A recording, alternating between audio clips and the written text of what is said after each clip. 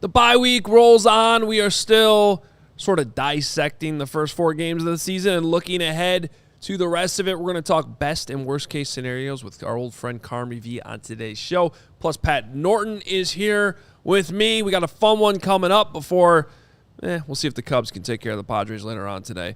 Right now, it's all football. CHGO Bears.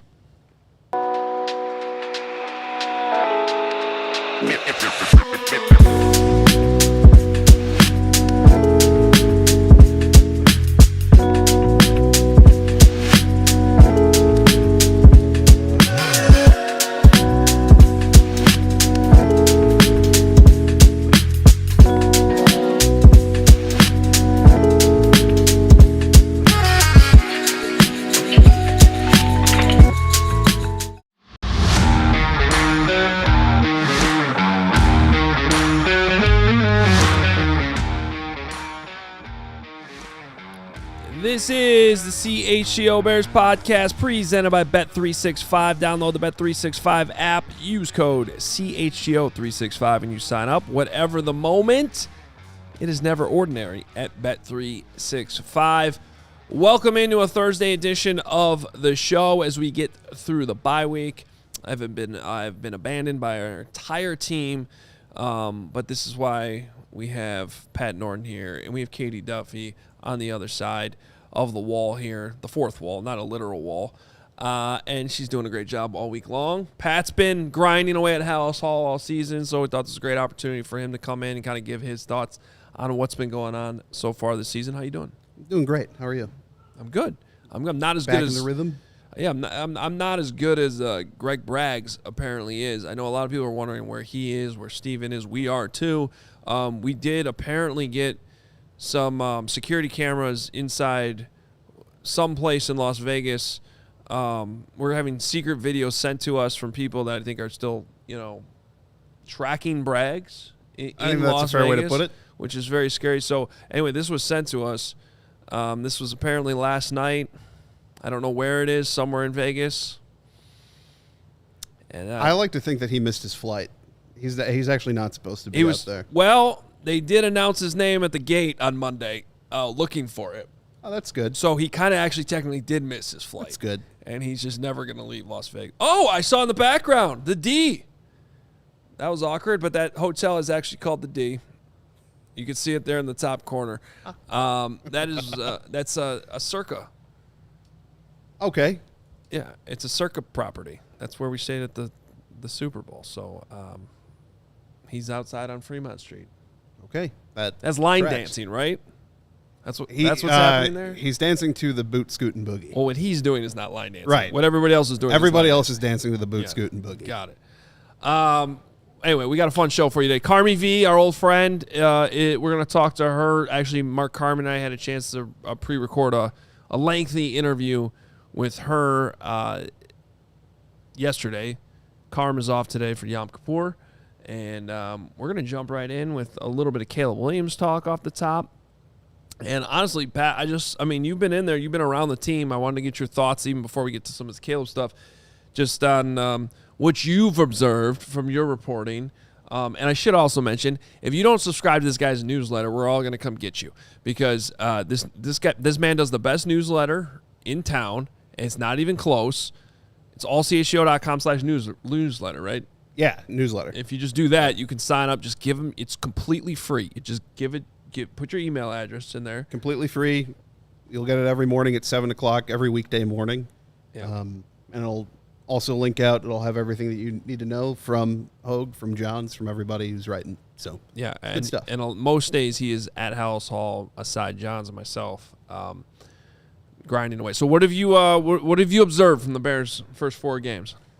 I think that something that should be mentioned is the fact that Caleb Williams is, we're talking about his growth on the field. I think there's an off-the-field element to him, too, that deserves some credit. And that's just kind of how he's handling himself. And everybody wants to say, okay, well, his press conferences, here's looking at you, Carm.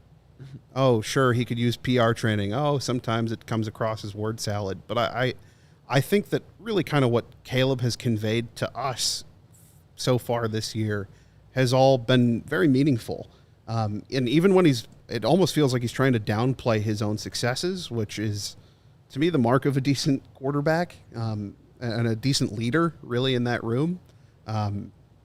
Katie, we have a clip where he's asked about how the book on the Bears so far this season has been, or not this season, but just in general in history, has been their inability to win these close games, and what Sunday in Vegas, meant to him, and if the team was able to rally around him. If we could play that. I think for myself, how did it make me feel? I haven't been here too long, and so it didn't. That's the history of the Bears. Obviously, last year we had a couple of those where we just couldn't finish the game, whether it was defense stopping them, offense going back out and not scoring, or us going down scoring, and whatever case, or however the case may have went. So I've been a part of a few of. So myself is just trying to find ways to help the guys to have the confidence, have the belief, and I think that stems from the coach. Obviously, his belief and trust in us that I spoke about after we lost is still the same, if not grown.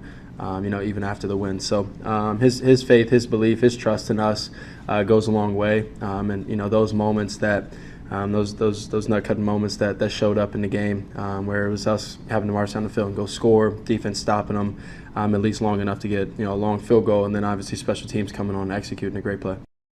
I think Ben Johnson he said it well.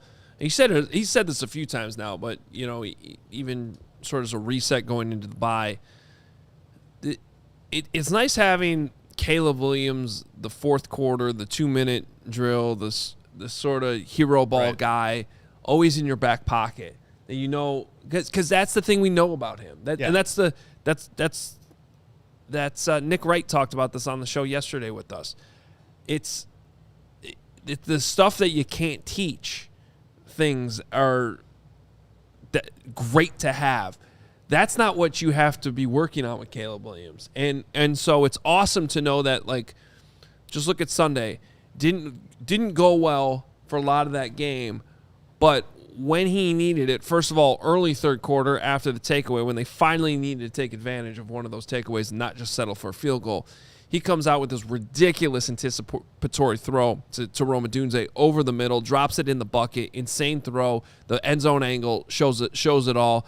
The all-22 angle shows the anticipation because Rome's not even come out of his break.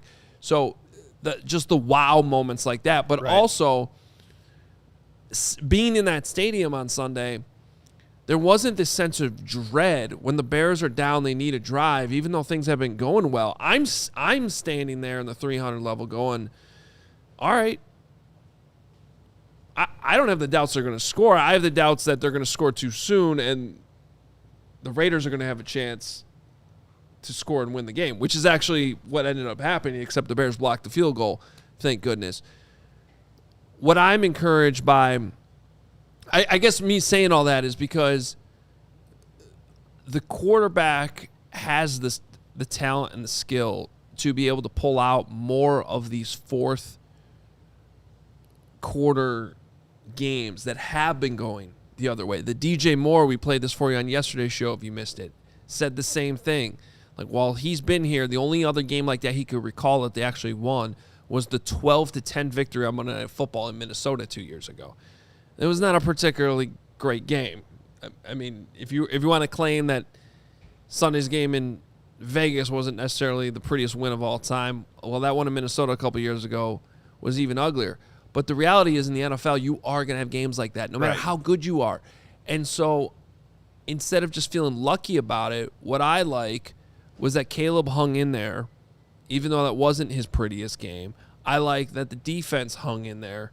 I like that the offensive line hung in there in a game that they weren't particularly playing well across the board, but survived against Max Crosby. The defense made the stop when they needed to, and then special teams went out there and got the big block that they needed. So when Ben Johnson calls it a character win or a cultural win, however you want to put it, I think there's a strong argument that that's exactly what it was. Right, and there are two things that kind of stick out to me there, and one of them is throughout the entirety of Matt Eberflus's tenure in Chicago, it was about how this team needed to play complementary football. And it never actually happened. We heard it talked about a lot, but it never actually happened. You'd see it every once in a while. You're seeing that 4 games into Ben Johnson's tenure, and that's a very good sign. And that's also that's what separates an okay team from a good team, or a good team to an even better team, are the teams that, you're in the game late, sure, but you have to be able to win those, at least occasionally. And looking back at last year's schedule, I mean, this schedule is riddled with games that they were in and even had a lead in late or came back in late and had a chance to win and then couldn't get out of their own way. And it's why, to me, Caleb Williams is downplaying his own role in that clip by saying, it's the history of the Bears, whatever. And you were a part of this too. You were a part of this last year in Washington or against Green Bay last year when a blocked field goal went against you, or even in Minnesota in overtime the next week. And then the week after that is the Thanksgiving Day game. And we all know how that went and what came after that. I mean, that's a tough stretch of games to overcome. And you could make an argument that Caleb put that on tape again at the end of last year against Green Bay in Green Bay. But then week 1 this year is almost a reversion to that backwards thought of, they were in it late and then it just kind of slipped away. To me, that win in week 4, whether or not you want to say, Caleb did a lot, but he didn't do enough just because they wouldn't have won without the Josh Blackwell block, but they did win. Like that's a big step for them. That's a big step for him too. The Raiders were a pretty desperate team, too, in that game, right, as well. So you got to take that into account. They were returning home from a bad loss. So there were some things going against the Bears. I also don't think the Raiders are an awful football team. No. And they got a pretty good coach over there as well. All right, we're going to take a timeout a little bit earlier than normal because we want to fit this entire somewhat long, lengthy, good conversation with our friend Carmie V. Of course, you can hear her on Marquee, on Fox Sports Radio. She does a great job. She's been in here with CHGO basically since we launched 3 years ago. So we're going to fun conversation with Carmie V coming up next. Don't go anywhere. But first, with the Bet365 early payout offer, you're a winner if your team goes up by 17 points with an instant payout on straight bets and parlay selections marked as winners. Download the app and use code CHGO365 when you sign up.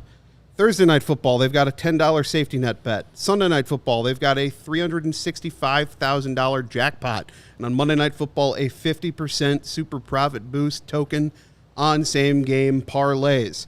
Breaking news from Bet365, playoff season is here, and new customers now get $200 in bonus bets when you bet $5, win or lose. Sign up, use the code CHGO365, deposit $10, and place a bet for $5 to get $200 in bonus bets if your bet wins or loses. Bonus bets can be used on the spread, totals, player props, futures, and more. Whatever the moment, it's never ordinary at Bet365. You must be 21 or older. If you or someone you know has a gambling problem, crisis counseling and referral services can be accessed by calling 1-800-GAMBLER in-app only. And it might be 80 degrees here in Chicago on October 2nd, but I promise you, winter is coming. It's going to be here before you know it. Usually, there's like a switch. It just flips. We skip fall. We go from summer to winter. Make sure your furnace is ready. Make sure your home's heating is up for the challenge. Also, if you got a plumbing emergency, call Four Seasons. An electrical emergency, call Four Seasons. If you need a hot water tank installed today, call Four Seasons. Now's the time to schedule your Four Seasons furnace tune-up. They got you covered with same-day installation for all your heating, cooling, plumbing, electrical, and generator needs with no extra charge for nights, weekends, and holidays. Four Seasons Heating, Air Conditioning, Plumbing, and Electric has been serving Chicagoland for over 50 years. Your trusted local experts are Four Seasons Heating, Air Conditioning, Plumbing, and Electric. Visit FourSeasonsHeatingCooling.com for all their special offers and money-saving coupons. That's FourSeasonsHeatingCooling.com. Seeing a bunch of our, we call them Vegas diehards now in the chat today. Shout out to Crystal. Shout out to Motor Music Mike. Shout out to Nico. I think there's a few others in there. It was awesome seeing everybody in person out there in Las Vegas. Please hit the like button if you are in here. Please subscribe. might be saying, why are we doing a Bears show on Thursday of the bye week? Because that's what we do here. We don't stop. You don't stop. I mean, Carmen and Braggs aren't here. And I mean, I would have stopped if anybody else was around here, but they're not. So, yeah, we're grinding away. Carmen will be back tomorrow, too. We'll have another show for you Friday at 1 p.m. And a bunch of stuff going on today here at CHGO because it's not just Bears that we do here. We got you covered with all of our sports teams. And, of course, Game 3 with the Cubs and Padres. We have your live watch-along going on, just like the last two, which have been a lot of fun. Check it out, 4 o'clock today, a little bit of a later game, so 4 o'clock, and then they'll have you covered on CHGO Cubs postgame as soon as the game is over as well. For now, we're going to keep it rolling with the Bears. We have this pre-recorded conversation with our friend Carmie V. Mark Carmen joined me for this. Check it out right now. Here she is, Carmie V. Okay, let's bring in Carmie V. Follow her on Twitter, of course, at Carmie V. Watch her on Marquee. That all rhymed. I didn't know it would. Welcome in, Carmie. It's good to have you on the show again, as always. Thank you. Yeah, it's always fun. It's always fun to be here. I miss you. Greatest after dark show ever. Take that, Greg Braggs. I don't care what you're doing on that show. Wow. Yeah, that's right. It was better when we were doing it. That's okay. I understand. Management has to make tough decisions, and these things happen. But those were the days. They were. I'm fun. kidding. I know you had other more important things and yada yada. And it's not a competition. It's all love. Back to you, I look Hoge. back on those days. I look back on those days fondly. There we go. That's what I'm talking about. To take people behind the scenes, as I like to do, Car right before we started the interview, Carm goes, "Go ahead and ask the first question, Hoge." Before I get the first question, total rant about how his version of a show is better than Braggs's. I couldn't help myself. I know. I live in the moment. I love it. I love it. All right. Well, let's actually talk football here, Carmie. That's why you're here. Not to rank our shows at CHGO. What do you make of the Bears 2-2 start so far? What do you like? What do you don't like? I mean, if you would have said to me that they were going to be 2-2 by the bye week, I would have been excited. I'd be like, great, something's working, something's happening. There's improvement every week, and I think we've seen that. It's been incremental, and there's still been a ton of stuff that you're like, what? But that game against the Raiders on the road and coming back and that final drive from Caleb Williams, I mean, there's clearly a belief from the locker room in this team and what the system is under Ben Johnson. And I'm totally happy with being 2-2 if I'm a Chicago Bears fan at this very early bye week. So along those lines, let's break down a 2-2 in a way that it's never been broken down. Like if you could have started with a win against Minnesota in a game that you should have won and just held on and gotten, and whatever, Cairo makes the field goal, the defense holds up, you win that game. Then you lose to Detroit. Then you go and win at home in impressive fashion. But again, in a game that's where you're just playing an opponent that stinks, and then you lose on the road. Would that be better or would that be worse? Because I think it's almost better the way they've done it. It was awful. The season was over, and now they've saved the season, and we've got momentum. First of all, the season was never over after that first Vikings game. The Vikings are a good team. They've got a great roster. I mean, they're very well coached. And at that point, I'm a believer in JJ McCarthy. I think he's eventually going to be good. The worst possible thing happens in that he gets injured and it disrupts his progress in this first year starting. But I mean, that's a great team. That's a great defense. And I do agree with you, Carmen, in the sense that I like the way that it's gone because, again, it shows that incremental improvement. It shows that they're learning along the way and they're ascending. And I think on Marquee especially, I'm always saying like progress isn't linear, and it's not. And it's not necessarily going to keep going up from here, I don't think. I think there's still going to be a lot of bumps along the way. But when you see that this team is learning every single week and getting better in certain areas every single week, that's all you wanted to see at this point. I mean, this was a complete overhaul, guys.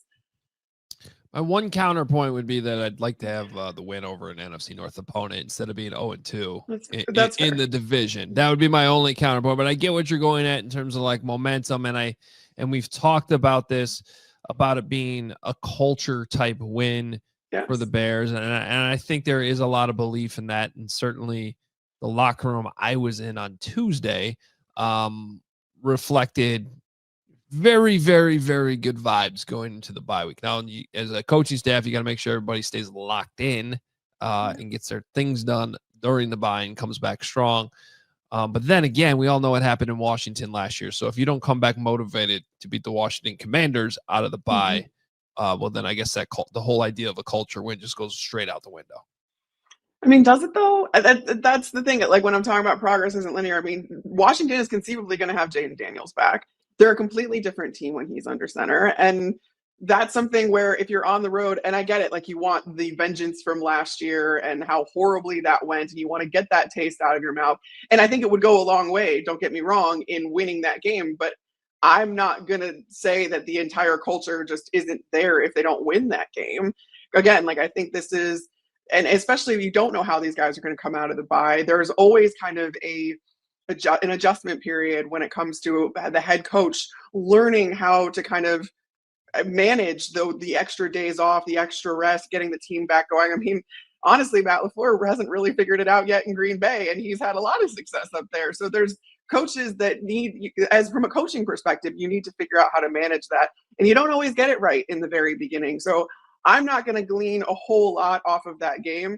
I do think that this game in Las Vegas, the way that it went and the comeback, and like, again, just kind of the weathering the storm, weathering the adversity, all of that kind of stuff, that's not going to be undone by a loss. And if it is, then you didn't establish that culture in the first place.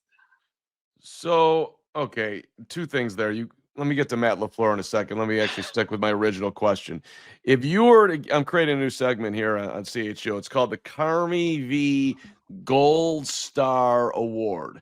So if you were going to give a gold star to any Chicago Bear for his performance in the first 4 weeks of the season, not to put you on the spot here, but I'm just going to keep talking while you think about it. Who gets in this inaugural segment on the fly? Who gets your gold star?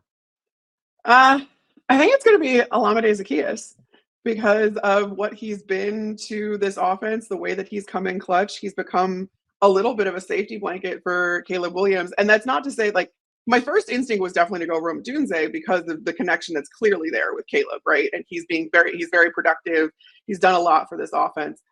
But I think that when you talk about a gold star, it's like, all right, who's exceeded expectations? And like my expectations were high for Caleb and Rome. So exceeded expectations, like Olamide Zaccheaus, OZ has been really integral to this offense. And I don't know how many people gave him that credit when he was signed to this roster. And even though he had such a good camp, I mean, this is a guy that's now come through on multiple occasions, whether it's third down, whether it's getting you the yards you need to get into field goal range, this, that, the other. Like, he keeps coming up big. And I think that veteran presence too goes a long way.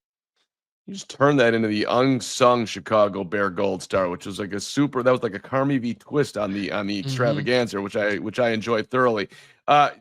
Just on the other side of what I wanted to ask, because you brought up the Packers, Matt LaFleur, do you have a analysis of what's going on there? Because I mean, one more second on the clock, you lose the game to the Cowboys.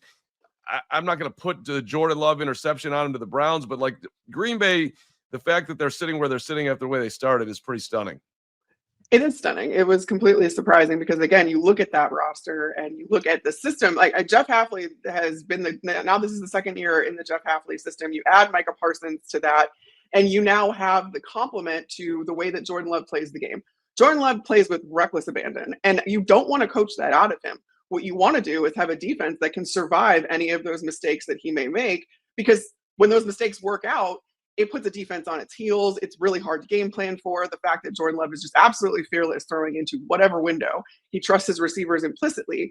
Does it always work out? No, but if you have the defense to back that up and to mitigate the damage, then you're set. And I was, as soon as they got Micah Parsons, I was like, oh my God, this is a Super Bowl contender immediately, because there's so much talent on that roster. What really shocked me in this game against the Cowboys was just how conservative Matt LaFleur was being from a play calling perspective. Honestly, like, playing for the tie at the end of that was one thing. Playing for that long field goal at the end, even forced overtime, that was an entirely different, the sequence right before that field goal, especially after not Brandon Aubrey, that's the other side. Like Brandon McManus after he had gotten that field goal block or the kick blocked right before, like at the beginning of the game. I'm like, are you really going to trust him with a 53-yarder or whatever it was? That's not a given in these situations. And to play for that and to mismanage the clock and the timeouts that you had, especially when those teams had been going blow for blow in the fourth quarter, go for the jugular. You have a quarterback who's willing to do that and can do that. So why aren't you putting your foot on their neck and trying to win the game outright right then? That was what just blew me away. And it was one of the things that I ended up like getting worked up about, because I'm just like, you have a better team than this. You're treating your team like you don't trust them. And if you're going to talk about how they're a Super Bowl contender and how Goody went out and made this gigantic trade with Micah Parsons, the least you can do if you're Matt LaFleur is trust that roster. And he just didn't in that entire game. And I mean, like, it's easy for me to say if I were a coach, but like, and then in overtime, like I would rather play to win the game and then end up losing than play for a tie. I just think that's so embarrassing. Yeah, I am stunned at how many coaches just sort of settle for these long field goals. And I understand the kicking ball is traveling further this year and everybody's banging these really long field goals, but we're also seeing plenty of them blocked, just like the end of the game in Las Vegas the other day. So it is kind of stunning. I got to say, though, Carmie, and I feel like most people were high on the Packers. I actually was not this year, and that was technically before the Parsons trade. But ever the contrarian Hoge. Yeah.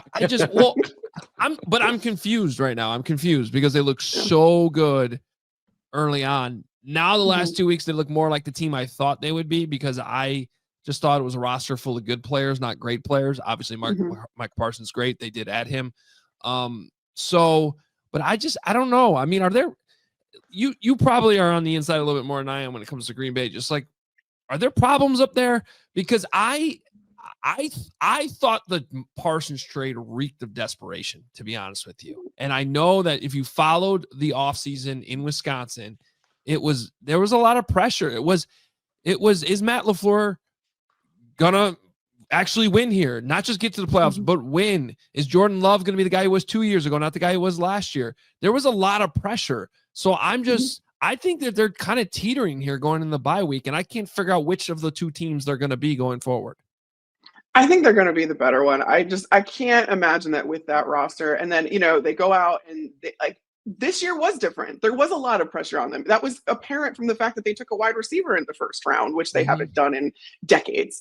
So that's something that I think that there was a very concerted effort to exhaust every single option when it came to what's going to get us over the hump in Green Bay. And I think that started with getting an actual wide receiver one, as much as Matt LaFleur said he was allergic to that phrase last year. I mean, the Packers, their offense, the strength of their offense is supposed to be the fact that they have so many different options that as a defense, you just can't game plan for all of them. That's kind of their MO offensively. And that's why Matt LaFleur, I think, was saying, I don't care about having a wide receiver one, this, that, the other. But then when you have a revolving door at receiver because of injury, like they did last year, when you have multiple injuries to your quarterback, there's no sort of rhythm that you're able to get into. And there's no safety hatch. There's no latch to just, pull in emergency. If you're Jordan Love, you don't have that guy. And so now he seems to be getting there with Matthew Golden. Obviously, Romeo Doubs had the 3 touchdowns in that game against Dallas. And I think that rapport has gone up significantly. You conceivably have Christian Watson returning at some point soon. So you're still going to have that door of receivers and options when it comes to, the tight ends. You got Josh Jacobs. You got so many different options on offense. But I think what's gotten away from them is the rhythm in the process of that. It's all right, well, you still have to have some sort of rhythm. You still have to have Jordan Love building rapport with these guys, that when it's third down and it's a gotta have it and it's 6 yards or more, this is the guy he knows he can go to. He doesn't really have that yet, but I think that they're, with the health of Jordan Love, hopefully they'll get there. And again, with the defense, I said it a couple of weeks ago on my radio show where I was like, this team is going to go the way that the defense goes, because that's what I view as being the unit that's able to get them over the hump. Because again, you have a very reckless quarterback. You have a guy that's not afraid to take risks. Whatever's the opposite of risk averse, that's what Jordan Love is. But if you have a defense that can continually get pressure, that can manage those sudden change situations, and can limit the amount of points that the opponent is scoring by getting to the opposing quarterback and getting takeaways, which we saw they were able to get those takeaways last year. They can keep that up while getting pressure now that they have Micah Parsons. I mean, this is such a complete team when you think about it that way. So I can't imagine that it's like with more reps, you're not going to continue to get better and get more settled in. If that was a long-winded way of saying that, essentially. So what you're saying is you still think the Packers are slightly better than the Bears, but you're not completely ruling out the chance that the Bears are just going to stun everybody and win the North. I hear it loud and clear. I never ruled that option out. I said any of these teams is completely capable of winning the North this year. I said that verbatim. I ruled that out. But hey, I would love to be wrong. Let's see. 2-2, anything is possible. So you're talking about that guy, and I'm just getting a lot of texts that people are kind of, you mentioned Olamide, and people are excited about Luther, and then Rome's looking like a wide receiver one, and DJ's not playing at the level that people expect him to. So a lot of people think trade DJ and go get help for the defense. And one of the ones that's rumored, or the Bears fans are talking about, the Giants just lost neighbors. They've got Kayvon Thibodeau. Why doesn't Ryan Poles dial up New York and say, hey, let's make a deal here? Does that make sense to you, one? And do you ever think something like that would happen? I mean, I don't know that it would, because I also don't think that's the most pressing issue the Bears have right now. I mean, what is going on with the offensive line? The offensive line that we all talked about wanting it to be so much better. I know there's been injury and all that other stuff. And honestly, Braxton Jones has not been bad through the first 4 weeks of the season, but I also expect if there's a change that's going to be made, it's going to happen in this bye week. I think Ben Johnson was always kind of eyeing the bye week as a potential time to make a change when it comes to the offensive line, because that just hasn't been there as much. That's, I think, a huge reason why that the run game hasn't gotten up to what Ben Johnson wanted to. That, and not having necessarily the horses in the backfield that he necessarily wants when it comes to running backs. But I mean, with the defensive line, I feel like you have to give them more time.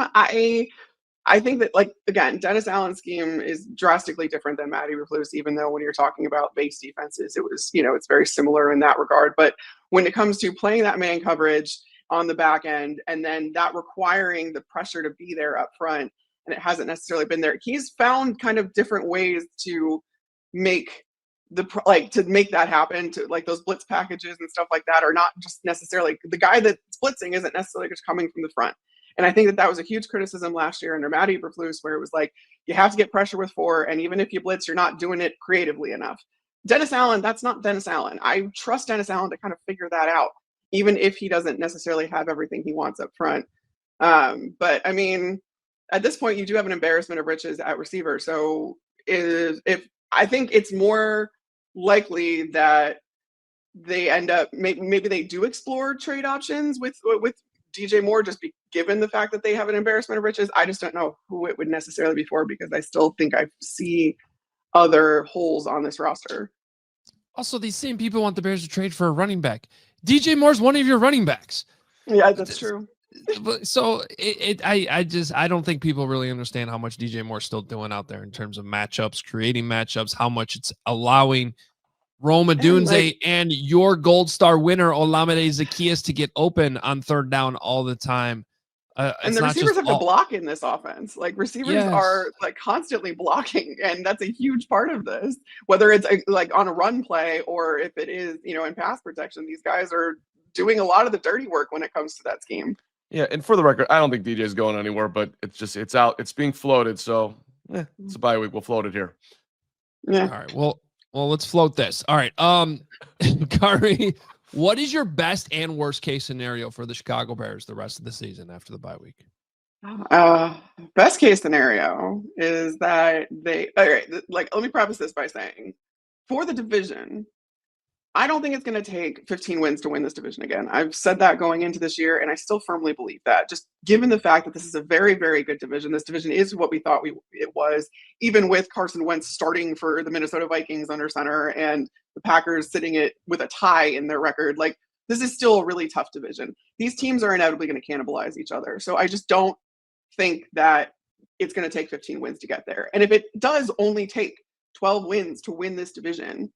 There are like that's still in play for every single one of these teams, including the Chicago Bears. So if you're asking me what the best case scenario is that the Bears win the division. Like that absolutely is still in play here. And it's, again, every team in this division is capable of getting to that 12 win mark if that is indeed what it takes to win. Now, the Lions are who we thought they were. I always thought this was their division to lose, even with them kind of, getting off to a rocky start. That's to be expected when you had a coaching exodus in the way that they did.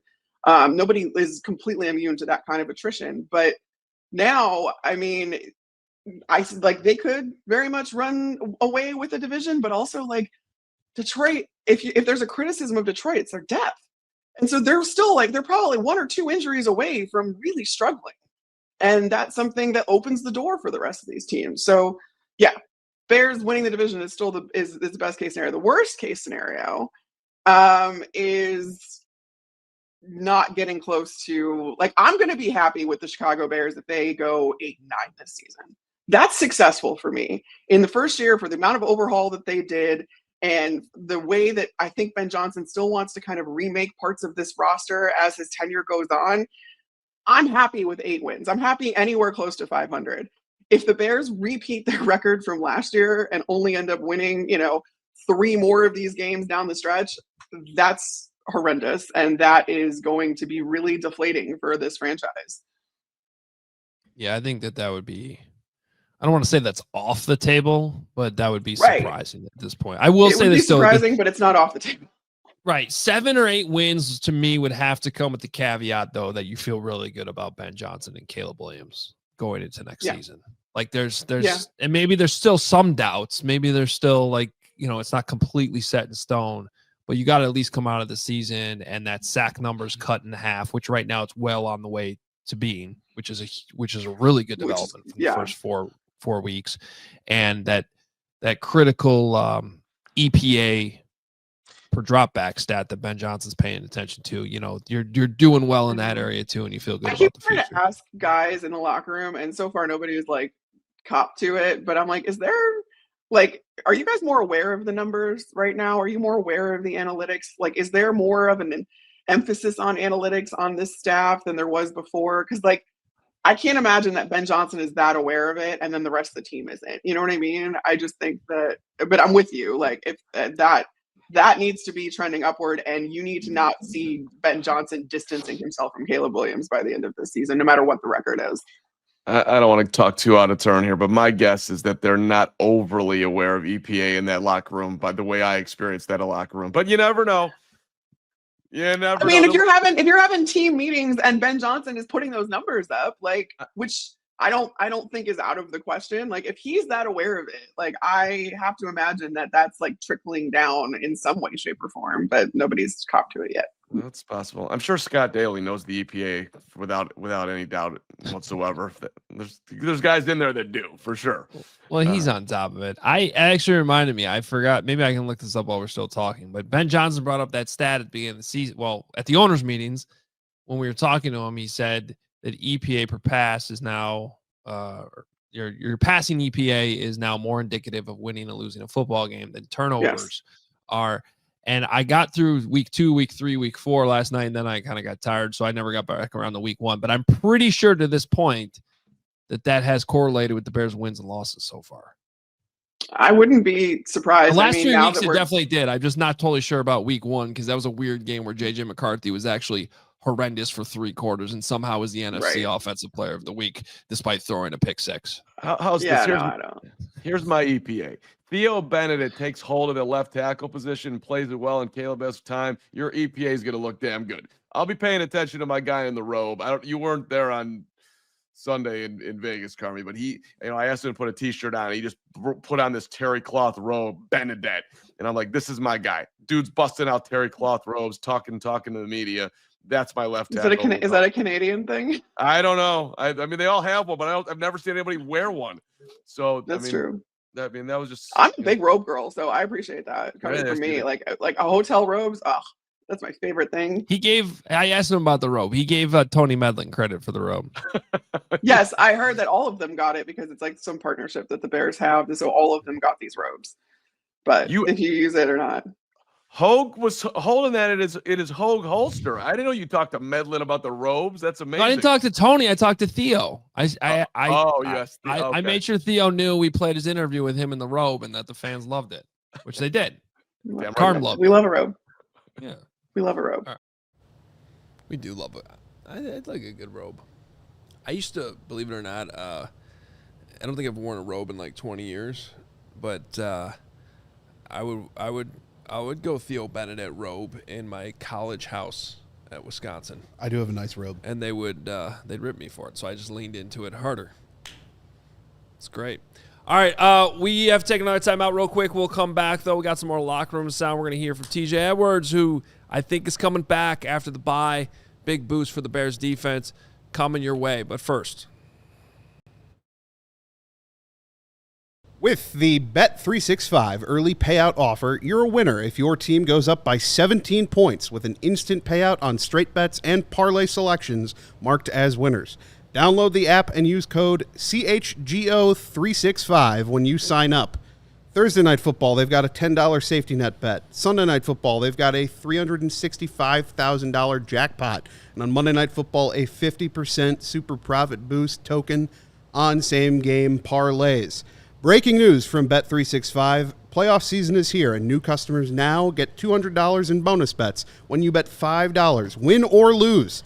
Sign up, use the code CHGO365, deposit $10, and place a bet for $5 to get $200 in bonus bets if your bet wins or loses.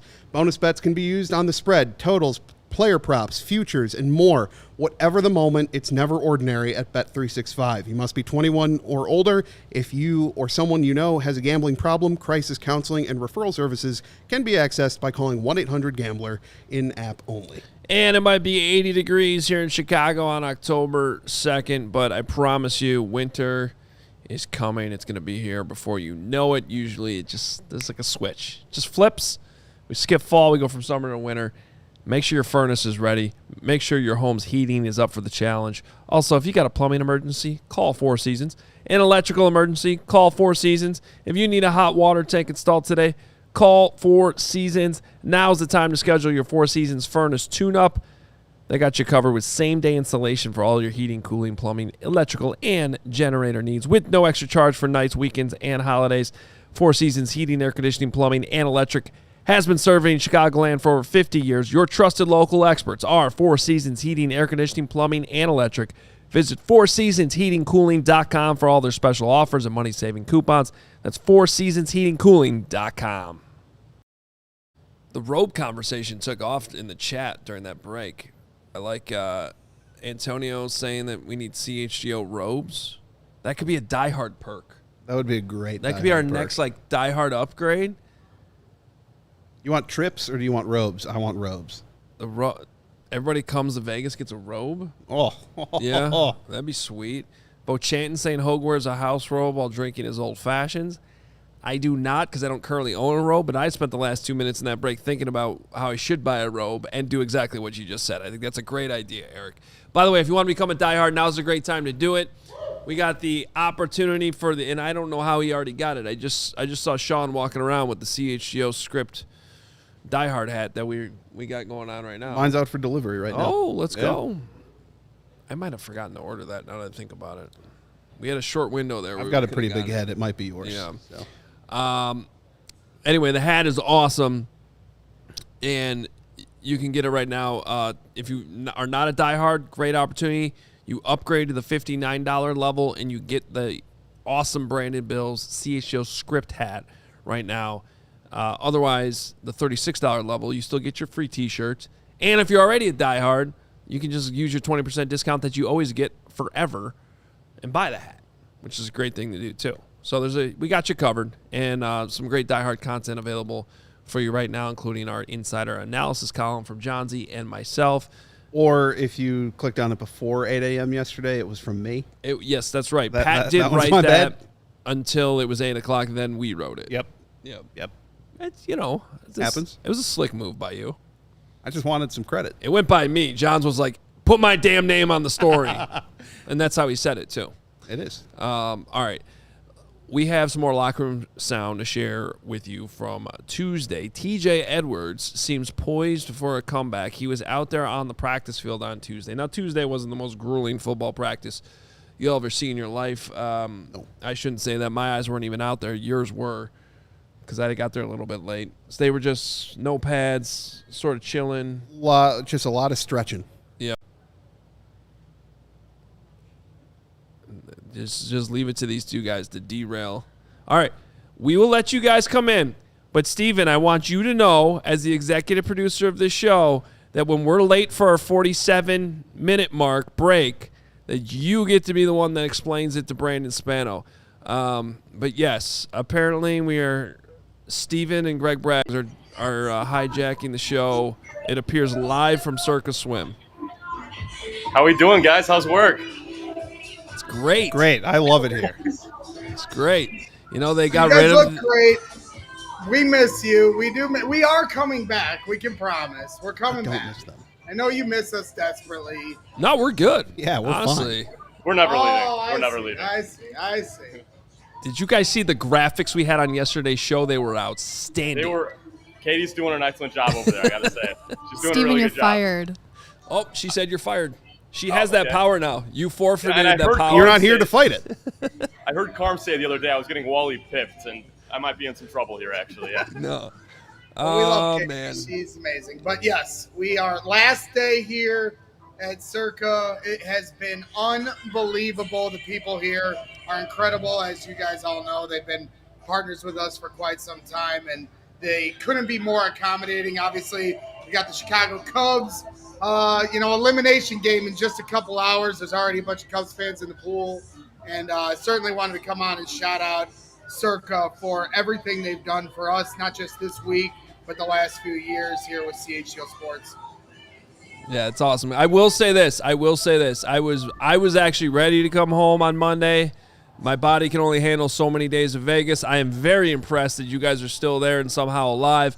But the fact that you are joining the show from Stadium Swim, I'm incredibly jealous of, because we were supposed to be there last Friday. Our flight got diverted to LA. We never made it, and it's a huge upset. I have actually still never actually been. I've been to Circa. I have not been to Stadium Swim, and I might actually just get on a plane after the show and come meet you. Well, you should. Well, to nobody's surprise, but the word on the street is a couple more years, the Super Bowl will be back here. So don't worry, Hoge. We're going to get here sooner or later. I'm pretty sure the Bears play the Raiders there in 2 years. Right. Oh, Yep. coming That back. is- Now we're definitely not going to leave. Well, We're if just it stay goes there. anything like the last Bears-Raiders game at Las Vegas, I'll be here for 2 more weeks after that one. All right, guys. Before Yes, before I we think let you- you, before we Go head ahead, out, Steven. I just wanted to acknowledge something. This is Katie's last day over at CHGO, and she's been an absolute rock for us. She took that CHGO Bulls show and It's elevated it tomorrow, to another actually, level. so just correct yourself Tomorrow? right there. It's tomorrow. All right. Well, I don't know this guy. In fairness, Steven doesn't know what day it Steven is. doesn't know what Steven day it thinks is. it's He doesn't Friday know right where he We don't is. know. I'm surprised he knows There my are no name. days here, but Happy no, November to seriously. Steven. Well, today is Katie's second to last day at CHGO. We're going to get it back on track there. And, Katie's been doing an excellent job, not just filling in for me, but at CHGO Bulls. That show has gone to another level with you producing it. And I know you're going on to some really big things. We're really excited for you, really proud of you, and we're really excited to see what's next. I mean, from the day that you got here, no one hit the ground running faster than you did as a producer, myself included. Katie, you really brought out the mustard. Take it from the guy I and hate you. Love Tank you top. guys. Thank you.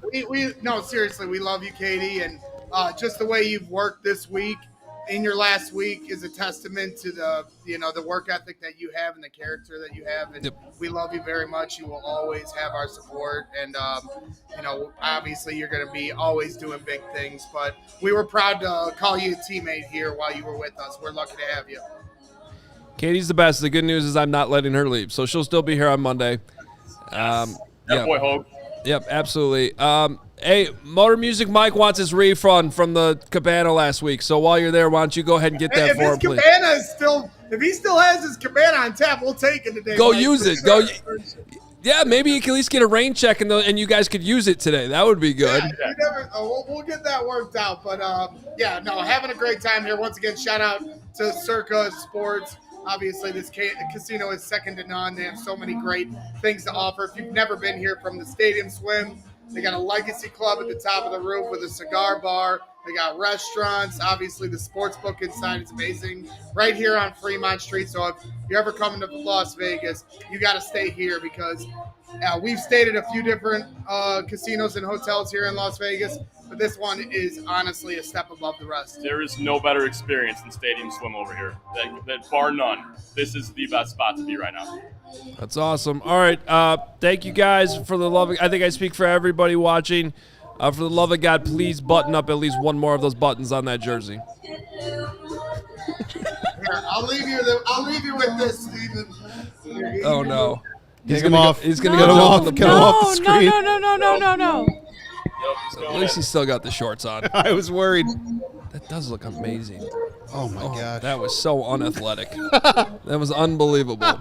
All right, guys. We love you. See you back home on Monday. All right, guys. We'll be back guys, next love week. you. Looking forward to I'm it. taking all of next week off. I just decided. All right.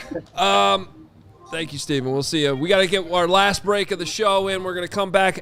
We will. If you have any super chats, we'll address those on the other side of the break, too. Got Theo Benedet as well. We'll share with you. Don't go anywhere. But first, We delayed the break. If you're still overpaying for wireless, it's time to say yes to saying no. At Mint Mobile, their favorite word is no. No contracts, no monthly bills, no overages, no hidden fees, no BS. Here's why I said yes to making the switch and getting premium wireless for $15 a month. You can ditch overpriced wireless and their jaw-dropping monthly bills, unexpected overages, and hidden fees. Plans start at $15 a month at Mint Mobile. All plans come with high-speed data and unlimited talk and text delivered on the nation's largest 5G network, and you can use your own phone with any Mint Mobile plan and bring your phone number along with all your existing contacts.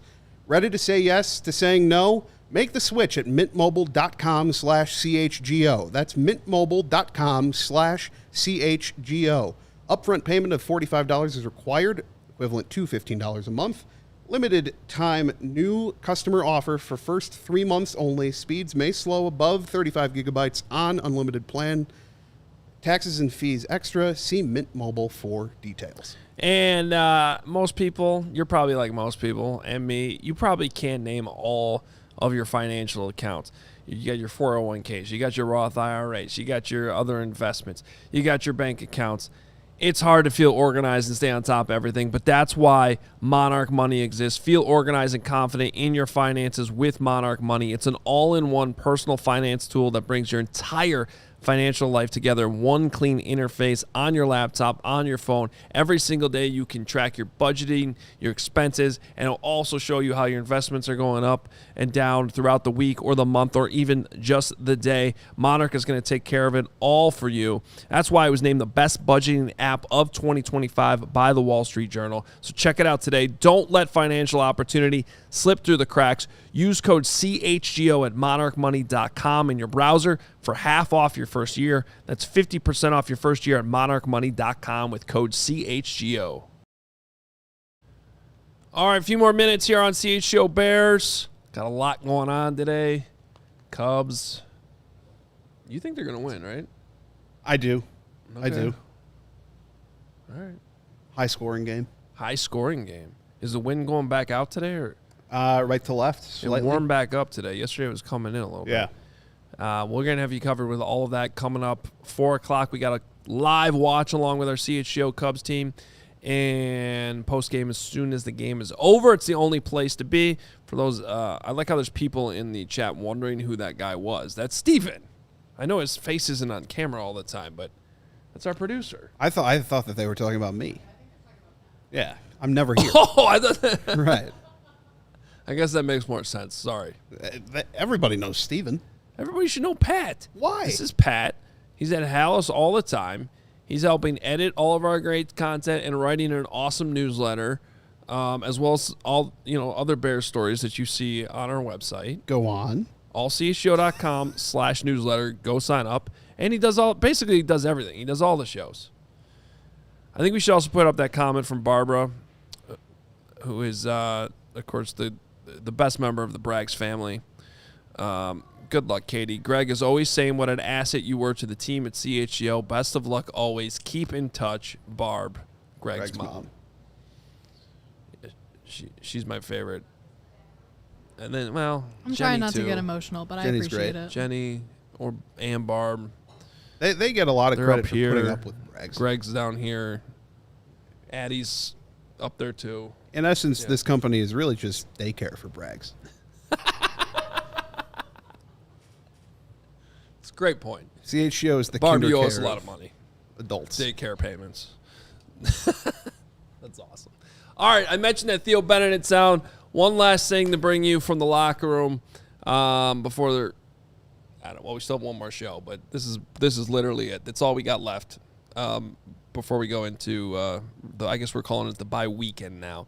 But yes, Theo Benedet talking about his first start in the NFL and what sounds like just the first of what could be many, because he might be starting a left tackle in Washington on Monday Night Football in about a week and a half.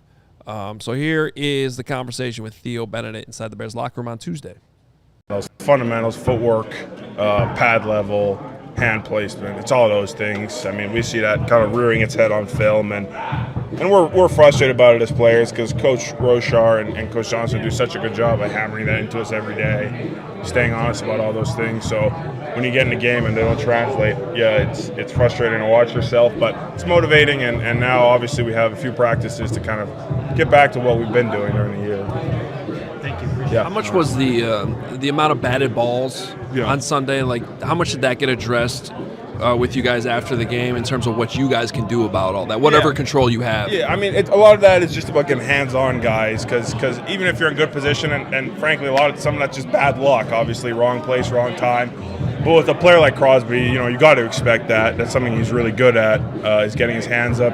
So staying square, keeping our slide integrity so we don't end up on different levels and allow him to kind of operate in some space can make it easier on us to keep his hands down. So as you go into this bye, are you feeling, I mean, I know you said it multiple times, it wasn't the most perfect start, but are you still feeling good about what you learned, what you got out of that game, that tough matchup going forward, that you can keep doing this, whether it's on the right side or left side? 1,000%. Like I said, a lot of almost reminders about that I can't let my technique slip in these kind of blocks, and that I can't get away with, having a step that's not what it needs to be, because, especially at this level, playing against, the top defenses, they'll make you pay.